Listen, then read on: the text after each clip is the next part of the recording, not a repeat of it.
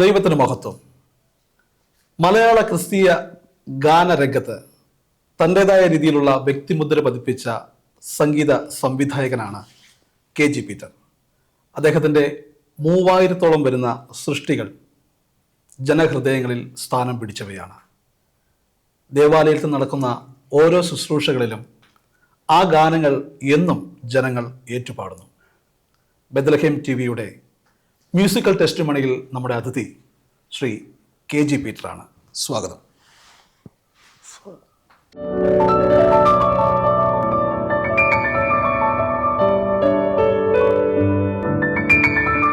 പീറ്ററുടെ തരംഗിണിയുമായിട്ടുള്ള ഒരുപാട് പാട്ടുകളുടെ ഒരു ശേഖരം തന്നെ ഉണ്ടെന്ന് മനസ്സിലാക്കുന്നു.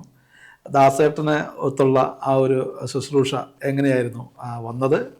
എങ്ങനെയായിരുന്നു യേശുദാസ് എന്ന നമ്മുടെ എല്ലാം ഗാനഗന്ധർവൻ, മലയാളികൾ ഏവരും ആസ്വദിക്കുന്ന ശബ്ദത്തിനുടമ ദാസേട്ടനെ കൊണ്ട് പാടിപ്പിച്ചപ്പോഴുള്ള അനുഭവങ്ങൾ എന്തൊക്കെയായിരുന്നു? എൻ്റെ ജീവിതത്തിലെ ഏറ്റവും വലിയൊരു കാര്യമാണത് നടന്നത്. കാരണം ഡോക്ടർ KJ യേശുദാസിനെ കൊണ്ട് എനിക്ക് എൻ്റെ സംഗീതത്തിൽ ദാസാറ് പാടിയതും ആ ഒരു നിമിഷങ്ങളും ആ ഒരു സമയം, ആ നിമിഷങ്ങളെല്ലാം വളരെ നമുക്ക് വേണ്ടപ്പെട്ട ഒരു സമയമായിരുന്നു. അതിലൂടെ 4-5-10-50ഓളം പാട്ടുകൾ മിച്ചം പാടിയിട്ടുണ്ട് ദാസാറ്. ഫാദർ ജോൺ പിച്ചാപ്പള്ളി അച്ഛനാണ് അതിൻ്റെ ഗാനങ്ങൾ എല്ലാം രചിച്ചിരിക്കുന്നത്. എങ്ങനെയാണ് അതിലേക്ക് കടന്നു വന്നതെന്ന് വെച്ചാൽ ഞാൻ നിരന്തരമായിട്ട് തരംഗിണിയായിട്ട് എനിക്ക് ബന്ധപ്പെടുമായിരുന്നു.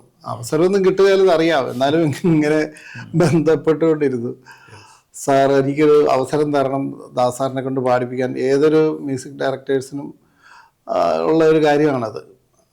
ഇതൊക്കെ നമ്മൾ പിന്നെ കിട്ടുകയില്ല എന്നൊക്കെ ഓർത്തുകൊണ്ട് അങ്ങോട്ട് അവരുമായിട്ട് എപ്പോഴും നിരന്തരമായി അവരെ ശല്യം ചെയ്തുകൊണ്ടിരുന്നപ്പോൾ ഒരു ദിവസം ഒരു ഫോൺ കോൾ വന്ന്, പീറ്ററിൻ്റെ കയ്യിൽ എത്ര പാട്ടുണ്ട്, അപ്പോൾ അങ്ങനെയാണെങ്കിലും ഒരു വർക്ക് ദാസേട്ടനെ കൊണ്ട് നമുക്ക് 10 പാട്ട് പാടിക്കാമെന്ന് പറഞ്ഞു. അന്ന് CD ഉള്ള കാലമാണ്.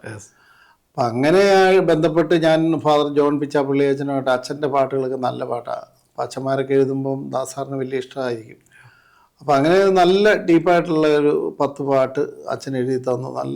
നല്ല അനുഗ്രഹം കിട്ടുന്ന ഒരു പാട്ടുകളായിരുന്നു അത്. ഒരുപാട് ഈ അച്ഛൻ്റെ വരികളൊക്കെ ഒരുപാട് ദൈവശാസ്ത്രം, ഒത്തിരി ഡീപ്പായിട്ടുള്ള പാട്ടുകളാണ്. അത് ആർക്കൊന്നും പെട്ടെന്നൊന്നും പിടികിട്ടില്ല. പാഥേയം എന്നാണ്, സ്വസ്തി അങ്ങനെയൊക്കെയുള്ള, ദിവ്യാഞ്ജലി അങ്ങനെയുള്ള പാട്ടുകളൊക്കെ, കുരിശിലെ വചനം, ഇങ്ങനെയൊക്കെയുള്ള പാട്ടുകളൊക്കെയാണ് ചെയ്തത്. 50ഓളം പാട്ടുകൾ ഞാൻ ദാസാറിന് വേണ്ടി ചെയ്തു.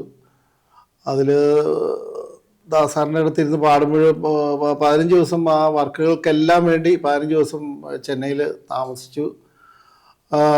അപ്പോൾ അങ്ങനെ ഒരു വലിയ അനുഭവമുണ്ട്. ദാസാറിൻ്റെ അടുത്തിരുന്ന് വർക്ക് ചെയ്യാൻ പറ്റി.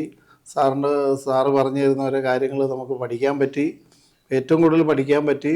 അപ്പം നമ്മളോട് ആദ്യമായിട്ട് സാറ് പാടാൻ കയറുമ്പോൾ ഞാൻ ഇച്ചിരി പേടിച്ചൊക്കെ ആയിരുന്നു. അപ്പോൾ സാറ് പറഞ്ഞു, നേരെ ഇരിക്കും പീറ്ററെ എന്നൊക്കെ പറഞ്ഞ് എപ്പോഴും ഒന്നും പേടിക്കണ്ട, നേരെ ഇരിക്കാൻ പറഞ്ഞു എന്നോട്.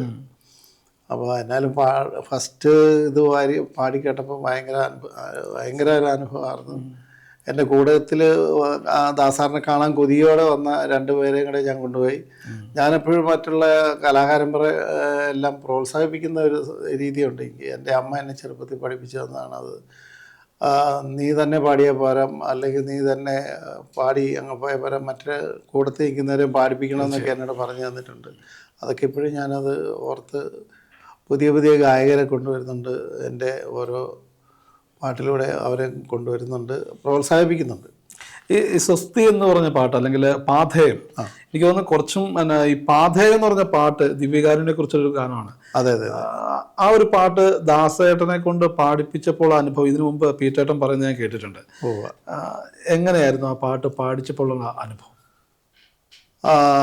പാഥേയം എന്നുള്ള പാട്ട്, ആ പാട്ട് വളരെ ഒരു അനുഭവമായിരുന്നു. നല്ല അനുഭവം എന്ന് വെച്ചാൽ, ദാസാറെ വന്ന് നിൽക്കുമ്പോൾ അറിയാമല്ലോ, നമുക്ക് കിട്ടുന്ന ഒരു റിസൾട്ട് എന്ന് പറഞ്ഞാൽ, നമ്മൾ പാഥേയം തിരുപ്പാഥേയം പാഥേയമാണീ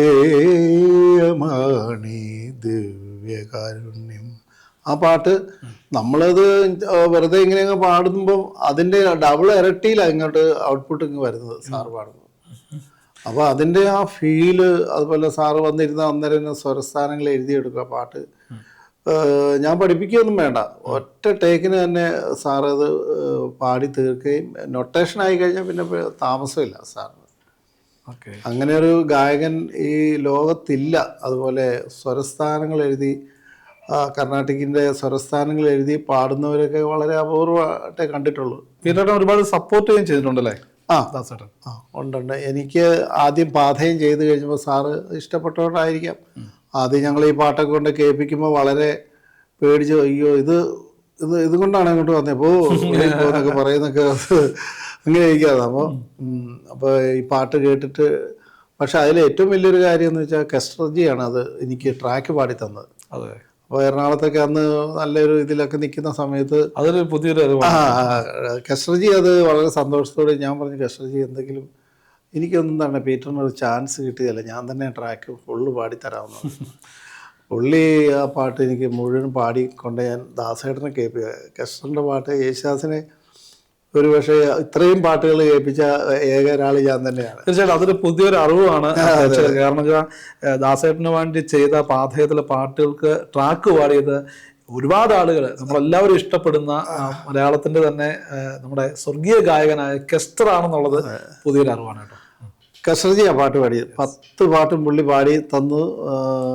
പുള്ളി വളരെ അത് കേൾക്കണ്ട, പക്ഷെ പുള്ളിക്കാരൻ എന്നോട് ചോദിച്ചു അതിൻ്റെ പിന്നെ എനിക്കൊന്ന് കേൾക്കാൻ തരാമെന്ന് ചോദിച്ചു പുള്ളി പാടിയത്. പക്ഷേ ഈ തരങ്ങണിക്കാരാകേണ്ട അവരത് തരത്തില്ല, അതെല്ലാം അവരുടെ കസ്റ്റഡിയിൽ പോകും. പിന്നെ അത് കോപ്പിറൈറ്റും അത് ഇതൊക്കെ പുറത്ത് പോയി കഴിഞ്ഞാലേ.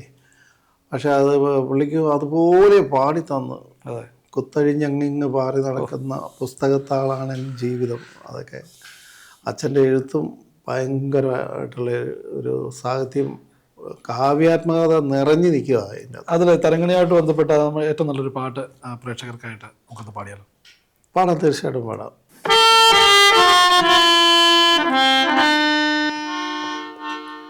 പാഥേയം തിരുപാഥേയം പാഥേയമാണീ ദിവ്യകാരുണ്യം.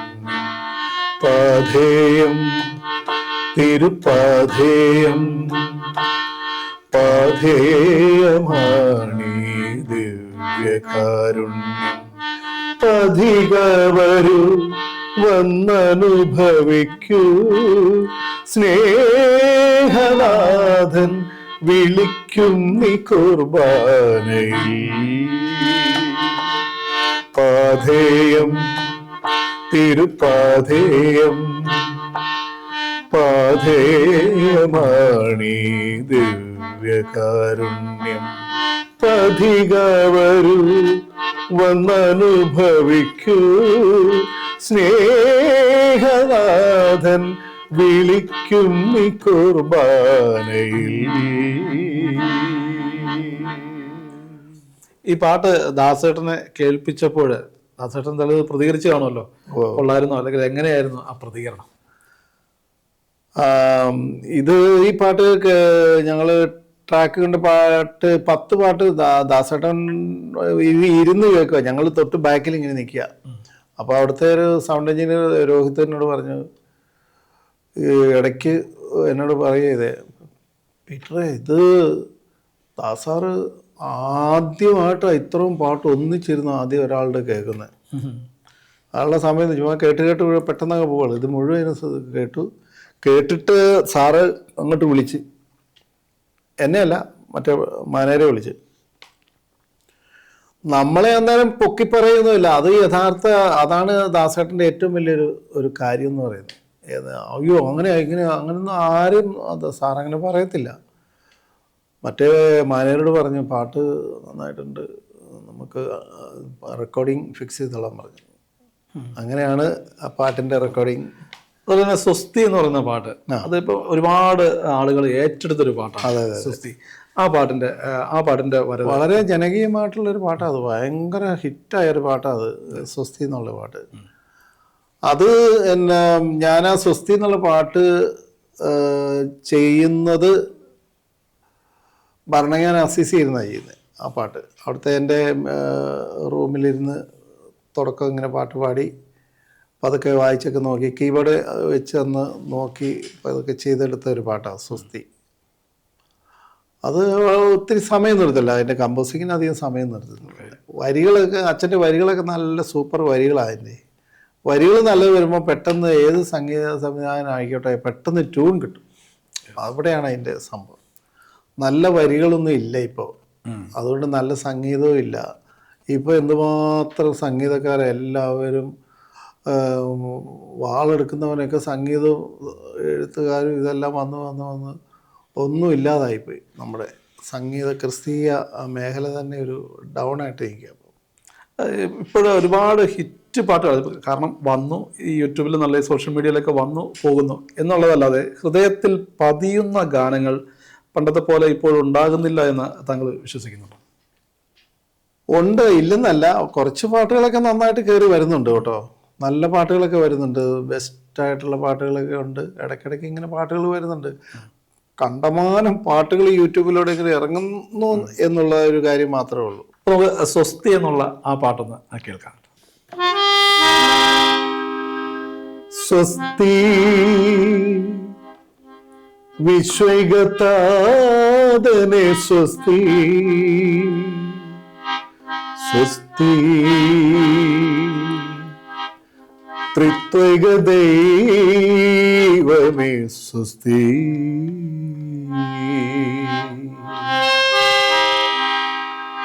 സ്വസ്തി വിശ്വൈകതാദനെ സ്വസ്തി, സ്വസ്തി ത്രിത്വൈക ദൈവമേ സ്വസ്തി.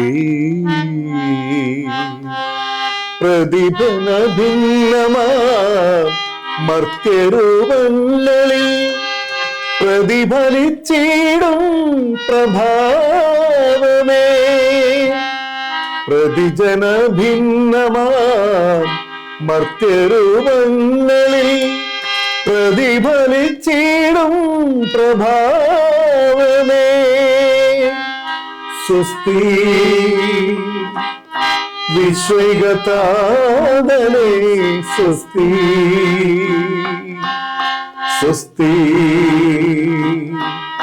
ത്രിത്വൈക ദൈവമേ സ്വസ്തി. Great composition. വരികളെന്ന് വെച്ചാൽ പറയാൻ വേണ്ട. എന്നും മലയാളികൾ ഭക്തിഗാനത്തെ സ്നേഹിക്കുന്നവർ അല്ലെങ്കിൽ ശുദ്ധ സംഗീതത്തെ സ്നേഹിക്കുന്നവരെ, അതിലൂടെ ദൈവത്തെ മഹത്വപ്പെടുത്താൻ ആഗ്രഹിക്കുന്നവർ എപ്പോഴും ഓർമ്മിക്കുന്ന അല്ലെങ്കിൽ പാടുന്ന പാട്ടുകളാണ് താങ്കളുടെ അല്ലെങ്കിൽ പീറ്ററേട്ടൻ ഇതുവരെ ചെയ്തു വെച്ച പാട്ടുകളെല്ലാം തന്നെയും. പിന്നീട് ഈ 4 നൂറ്റാണ്ടിന് മുകളിൽ പോകുന്ന സംഗീത ജീവിതത്തിലെ മറക്കാനാവാത്ത അനുഭവങ്ങൾ എന്തായാലും ഉണ്ടായി കാണും. എന്തെങ്കിലും ചില അനുഭവങ്ങൾ പ്രേക്ഷകരുമായിട്ട് പങ്കുവയ്ക്കാൻ ആഗ്രഹിക്കുന്നുണ്ടോ? ഞാൻ ഈ സംഗീത രംഗത്ത് വരുന്നതിന് തൊട്ട് മുമ്പ് ഒരു ഗാനമേള ഗായകനായിട്ടാണ് അറിയപ്പെട്ടുകൊണ്ടിരുന്നത്. അപ്പം അതിൽ നിന്ന് എനിക്ക് ഗാനമേളയിലൊക്കെ സിനിമാ പാട്ടുകൾ ഒരാൾ ചെയ്ത പാട്ടുകൾ എടുത്ത് നമ്മൾ പാടി, ദാസേട്ടനൊക്കെ പാടിയ പാട്ടുകൾ ഒത്തിരി പാടി, അങ്ങനെ ഗാനമേള ഫീൽഡിലാണ് സമയം കണ്ടെത്തിയിരുന്നത്. നമ്മുടെ ജീവിത പ്രശ്നമായിരുന്നത്, അതുകൊണ്ടൊക്കെയാണ് ജീവിച്ചു പോകുന്നത്. പിള്ളേരൊക്കെ ചെറുപ്പകാലത്തൊക്കെ അവരെയൊക്കെ പഠിപ്പിക്കാനും ഒക്കെ ആയിട്ട് ഗാനമേള ഓരോ ട്രൂപ്പുകൾ മാറി ഇന്നങ്ങനെ നിൽക്കുന്ന ഒരു കാലമാണ്. പിന്നീട് ഞാനൊരു സ്വന്തമായിട്ടൊരു ഗാനമേള ട്രൂപ്പൊക്കെ ഉണ്ടാക്കി. എനിക്കത് തകർച്ചകളൊക്കെ വന്നു, ഒത്തിരി പ്രശ്നങ്ങളൊക്കെ വന്ന്, സാമ്പത്തികമായിട്ടുള്ള കടബാധ്യതകൾ വന്നു, അങ്ങനെയൊക്കെയുള്ള വിഷയങ്ങളൊക്കെ വന്ന് ഞാൻ വളരെ വിഷമഘട്ടത്തിലേക്ക് നീങ്ങുന്ന ഒരു സമയം ഉണ്ടായി. അപ്പോൾ അത് എൻ്റെ ഒരു തിരിച്ചറിവിന് വേണ്ടിയായിരുന്നു. അത് എനിക്കൊരു തകർച്ച തന്ന അതോടുകൂടി ഞാൻ പിന്നെ ഒരു ഈശോയെ കണ്ടെത്തി ഒരു ധ്യാന കേന്ദ്രത്തിൽ പോയി ധ്യാനമൊക്കെ കൂടി അങ്ങനെയാണ് ഈ ഗാനമേളയിൽ നിന്ന് ഈ ഇതിലേക്ക് കയറി വരാനുള്ള ഒരു കാര്യങ്ങളിലേക്ക് കടന്നത്. ഗാനമേള എന്ന് പറയുന്നത് മറ്റൊരു ലോകമാണ്, അറിയാം, സിനിമയുമായി ബന്ധപ്പെട്ടൊരു ലോകമാണ്. അതിൽ നിന്നും ഈ ശുശ്രൂഷയിലേക്ക് കർത്താവിന് വേണ്ടി പാടുക എന്നുള്ള ആ ഒരു ജീവിതത്തിലേക്ക് കടന്നു വന്നപ്പോൾ പലതും നഷ്ടപ്പെടുത്തേണ്ടി വന്നേക്കാം. പക്ഷെ ആ ഒരു വരവ് എങ്ങനെയായിരുന്നു? അതിലേക്ക് വന്നപ്പോൾ ഉണ്ടായ മാറ്റം എന്തൊക്കെയായിരുന്നു? അതിലേക്ക് വന്നപ്പോൾ ഉണ്ടായ മാറ്റം എന്ന് വെച്ചാൽ ഞാൻ ഈ ശുശ്രൂഷ മേഖലയിലേക്ക് കടന്നു വന്നപ്പോൾ എനിക്ക് ഒത്തിരിയേറെ അനുഗ്രഹങ്ങൾ കിട്ടി. എനിക്ക് എൻ്റെ നഷ്ടപ്പെട്ടു പോയതെല്ലാം എൻ്റെ കർത്താവ് എനിക്ക് തിരിച്ചു തന്നു. ഒത്തിരിയേറെ പ്രാർത്ഥിക്കാൻ പറ്റുന്നുണ്ട്. ഒത്തിരിയേറെ ആളുകൾക്ക് ഈ ക്രിസ്തീയ ഗാനങ്ങൾ പകർന്നു കൊടുക്കാൻ പറ്റുന്നുണ്ട്. ധ്യാന കേന്ദ്രത്തിൽ ഒത്തിരി ആളുകൾ നമ്മളെ പാട്ടുകളൊക്കെ കേട്ടിട്ട് അവർക്കൊരു കിട്ടുന്ന അനുഭവം നമ്മൾ നേരിട്ട് കാണുമ്പോൾ ഉള്ള ഒരു അനുഭവം, അതൊക്കെ മറക്കാനാവാത്ത ഒരനുഭവമാണ് നമുക്ക് കിട്ടിയത്. അപ്പോൾ അവർക്ക് അതിൻ്റെ അകത്തുനിന്ന് നല്ലൊരു എന്താ പറയുക, ആ ധ്യാനത്തിൽ പങ്കെടുത്ത് ഞങ്ങൾക്ക് വലിയ അനുഭവമായി. ബ്രദറെ, പാട്ടിലൂടെ തന്നെ നമുക്ക് വേറൊരു അഭിഷേകം ഉണ്ടായി എന്നൊക്കെ പറയുമ്പം നമുക്കൊരു അവാർഡ് കിട്ടുന്നേക്കാളും വലിയൊരു ഈശോ തന്ന ഒരു അനുഗ്രഹമാണത്. എന്തായാലും പീറ്റേട്ടൻ്റെ അടുത്ത പ്രോജക്റ്റുകളെ കുറിച്ച് അറിയാനും നമുക്ക് ആഗ്രഹമുണ്ട്. എന്താണ് ഇനി ലേറ്റസ്റ്റ് ആയിട്ട് വരാൻ? എൻ്റെ ഇപ്പോൾ ഏറ്റവും ലേറ്റസ്റ്റ് ആയിട്ട് വരുന്നത്, എനിക്ക് സ്വന്തമായിട്ടൊരു യൂട്യൂബ് ചാനലുണ്ട്, അമ്മ മറിയം എന്ന് പറഞ്ഞ ചാനലുണ്ട്. അതിലൂടെ പാട്ടുകൾ ഇങ്ങനെ റെക്കോർഡ് ചെയ്ത് പോകുന്നുണ്ട്. അപ്പം അതിലുപരി 100 വൈദികരെ കൊണ്ട് നമ്മൾ പാടിപ്പിച്ചു. അത് 100 പേരെ തയ്ക്കാൻ പറ്റിയില്ല എങ്കിൽ പോലും 10-70 അച്ഛന്മാർ പാടിയിട്ടുണ്ട്. ചരിത്ര സഭ എന്ന് പറയുന്ന ഒരു പംക്തിയാണ്. അതിനെക്കുറിച്ച് ഒത്തിരി പറയാനൊന്നുമില്ല. അത് എൻ്റെ റെക്കോർഡിങ് കഴിഞ്ഞെല്ലാം ചാനലുകളിൽ വന്നു. ഇപ്പോൾ നമ്മൾ ചെയ്യാൻ പോകുന്നത് ഒരു ദേവാലയ സംഗീതം എന്ന് പറഞ്ഞൊരു പ്രോജക്റ്റ് നമ്മൾ ചെയ്യാൻ പോവുകയാണ്. അതിൽ ഓരോ ദേവാലയങ്ങളിലെ ഒരു പാട്ട് വീതം അവിടുത്തെ പള്ളിയിലെ ഒരു കൊയർ ഒരു പാട്ട് നമ്മൾ പാടിപ്പിക്കുന്ന ഒരു പ്രോജക്റ്റാണ് ഇപ്പോൾ അടുത്ത് വരാൻ പോകുന്നത്, ദേവാലയ സംഗീതം. തീർച്ചയായിട്ടും ഒരുപാട് ആളുകൾക്ക് ഇതിലൂടെ ഈ അവസരങ്ങൾ കിട്ടുകയാണ്. തീർച്ചയായിട്ടും അത് വലിയൊരു കാര്യം തന്നെയാണ്. അത് തന്നെയല്ല, പള്ളിയിലെ കൊയറുകാർ ലോകം മുഴുവൻ, ഇപ്പോൾ ഏത് കുഞ്ഞു പള്ളിയിലെ കൊയറാണെങ്കിലും നമ്മൾ റെക്കോർഡ് ചെയ്യും. അവിടുത്തെ പാട്ടുകാരെ ലോകം മുഴുവൻ കാണട്ടെ. തീർച്ചയായും. അപ്പോൾ അതിലൂടെ എന്നിലൂടെ ആ പാട്ട്, എൻ്റെ സംഗീതവും അച്ഛന്മാരും അൽമാരൊക്കെ ആയിരിക്കും സംഗീതവും രചനയൊക്കെ ചെയ്യുന്നത്. അപ്പോൾ ആ പാട്ട് നമ്മൾ അത്രയും പാട്ടുകൾ ട്യൂൺ ചെയ്യാനായിട്ട് ദൈവം അനുഗ്രഹിക്കണമേ എന്ന് ഞാൻ പ്രാർത്ഥിച്ചുകൊണ്ടിരിക്കുക എന്നും. തീർച്ചയായിട്ടും ആ ഒരു പ്രാർത്ഥനയ്ക്ക് വേണ്ടി പ്രാർത്ഥിച്ചുകൊണ്ടിരിക്കുക. ആ പ്രാർത്ഥന കർത്താവ് സാക്ഷാത്കരിക്കും എന്ന് തന്നെ നമുക്ക് പ്രതീക്ഷിക്കാം. നമുക്കൊരു പാട്ടൂടെ പാടിയിട്ട് നമുക്ക് ഈ എപ്പിസോഡ് വൈൻഡപ്പ് ചെയ്യാമെന്നാണ് വിചാരിക്കുന്നത്. ചേട്ടാ, ഈ എപ്പിസോഡോട് അവസാനിപ്പിക്കുന്നതിന് മുമ്പ് നമുക്ക് അങ്ങയുടെ ഏറ്റവും മനോഹരമായ ഒരു ഗാനം കൂടി പാടാം എന്നാണ് ആഗ്രഹിക്കുന്നത്. എനിക്ക് ഏറ്റവും ഇഷ്ടമുള്ള, വ്യക്തിപരമായിട്ട് എൻ്റെ ഒരു സുഹൃത്ത് കൂടി ആയ ജോൺസൺ KK എഴുതിയ ദൈവത്തിൻ്റെ കുഞ്ഞല്ലേ എന്നുള്ള ആ പാട്ട്, അതിൻ്റെ ഒരു പിറവിയും അതൊന്ന് പാടിയിട്ട് നമുക്ക് ഈ എപ്പിസോഡ് അവസാനിപ്പിക്കാമെന്ന് വിചാരിക്കുന്നു. ദൈവത്തിൻ്റെ കുഞ്ഞല്ലേ എന്നുള്ള പാട്ട് ഞങ്ങൾ എൻ്റെ വീട്ടിൽ ഇരുന്ന് ചെയ്ത ഒരു പാട്ടാണ്. അന്നേരം ഇപ്പോൾ എൻ്റെ നെൽസനൊക്കെ ഉണ്ട്, എന്നോടൊപ്പം ഉണ്ട്. അവനിങ്ങനെ കീബോർഡ് വായിച്ചു തന്ന് അങ്ങനെ അവനും ഞാനും കൂടെ ഒരുമിച്ചിരുന്ന് ചെയ്തൊരു പാട്ടാണത്. ഒരുമിച്ച് ചെയ്തതെന്ന് വെച്ചാൽ അവനിങ്ങനെ ഓർഗൻ ഹാർമോണിയം വായിച്ചു തരും. ഞാൻ പറഞ്ഞടാ ഒരു ചുമ്മാ എന്തെങ്കിലും ഹാർമോണിയത്തിൽ നിന്ന് വായിക്കാൻ പറഞ്ഞവനോട്, ഞാനിപ്പോഴും ഓർക്കുന്നുണ്ടത്. അപ്പോൾ അവന് എന്തോ ഒരു പ്രത്യേക ഒരു സംഭവം ഹാർമോണിയത്തിൽ അങ്ങ് വായിച്ചങ്ങ് തീരുകയും നമ്മൾ ആ പാട്ടിലോട്ട് ഒറ്റ കയറ്റമാണ്. അങ്ങനെ ഉണ്ടായ പാട്ടാണ് അത്. ആ പാട്ട് പ്രാർത്ഥിച്ചിട്ടൊക്കെ ചെയ്യുന്ന കേട്ടോ. പാട്ട് വീട്ടിൽ നിന്നൊക്കെ പ്രാർത്ഥിച്ച് വരികൾ എഴുതിയ ആളെ പ്രാർത്ഥിച്ചു. അങ്ങനെയൊക്കെ പ്രാർത്ഥനയിലൂടെ ഉണ്ടായ പാട്ടാണ്. എല്ലാം പ്രാർത്ഥനയിലൂടെ ഉണ്ടായ പാട്ടുകളാണ്. നമുക്ക് ആ പാട്ടോടെ പാടിയിട്ടുള്ള പാട്ടുകളാണ്. ആ പാട്ടോടെ പാടിയിട്ട് നമുക്ക് തീർച്ചയായിട്ടും പാടാം. ദൈവത്തിൻ്റെ കുഞ്ഞല്ലേ നീ, സങ്കടത്താൽ വാടിയിടല്ലേ. ദൈവത്തിൻ്റെ കുഞ്ഞല്ലേ നീ, സങ്കടത്താൽ വാടിയിടല്ലേ. സഹനങ്ങൾ കൃപകളാവാം യേശുവിൻ്റെ ക്രൂശിൽ. ദൈവത്തിൻ്റെ കുഞ്ഞല്ലേ നീ, സങ്കടത്താൽ വാടിയിടല്ലേ. സഹനങ്ങൾ കൃപകളാവാം യേശുവിൻ്റെ ക്രൂശിൽ.